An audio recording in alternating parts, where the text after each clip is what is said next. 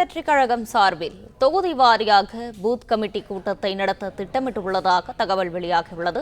இது தொடர்பான கூடுதல் தகவல்களை தருகிறார் செய்தியாளர் மகேந்திரன். வணக்கம். தகவல்களை பகிரலாம்.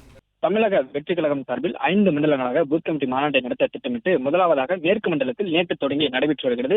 இந்நிலையில் தொகுதி வாரியாக இதற்கு பிறகு, அதாவது மண்டல வாரியாக நடைபெறக்கூடிய இந்த பூத் கமிட்டி கருத்தரங்கு நடைபெற்று முடிந்த பிறகு தொகுதி வாரியாக பூத் கமிட்டி கூட்டத்தை நடத்த வேண்டும் என்று மாவட்ட செயலாளர்களுக்கு நேற்றைய கூட்டத்திற்கு பிறகு அறிவுறுத்தலானது வழங்கப்பட்டிருக்கிறது. ஒவ்வொரு பகுதிக்கும் தனித்தனி பொறுப்பாளர்கள் நியமனம் செய்ய வேண்டும் என்றும் அறிவுறுத்தலானது வழங்கப்பட்டிருப்பதாக தகவல் வெளியாகி இருக்கிறது.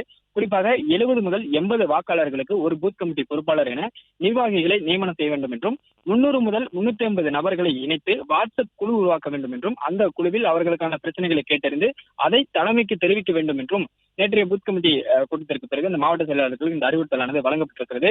ஒவ்வொரு வாக்குச்சாவடிக்கும் மகளிருடன் சேர்த்து 15 நபர்களை நியமனம் செய்ய வேண்டும் என்றும் நேற்று கூட்டம் முடிந்த பின்பு கருத்தில் வழங்கப்பட்டுள்ள நிலையில் இந்த 5 மண்டல மாநாடுகளும் நடைபெற்று முடிந்த பிறகு ஒவ்வொரு மண்டல மாநாடு நேற்றும் இன்றும் மேற்கு மண்டலத்தில் மாநாடு நடைபெற்று முடிந்த பிறகு இதன் பிறகாக அடுத்த மாதத்தில் இந்த கூட்டத்தை மேற்கு மண்டலத்தில் நடத்த வேண்டும் என்றும் அதன் பிறகு ஒவ்வொரு தொகுதி வாரியாகவும் அந்த பகுதியில் இருக்கக்கூடிய மாவட்ட செயலாளர்கள் தொகுதிக்கு ஒரு பொறுப்பாளர் நியமிக்கப்பட இருக்கின்றனர்.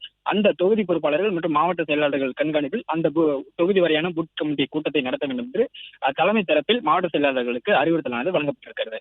பிளே ஸ்டோர் மற்றும் ஆப் ஸ்டோரில் இருந்து பாலிமர் செயலியை QR கோடு மூலம் பதிவிறக்கம் செய்யுங்கள். செய்திகளை உடனுக்குடன் பெறுங்கள்.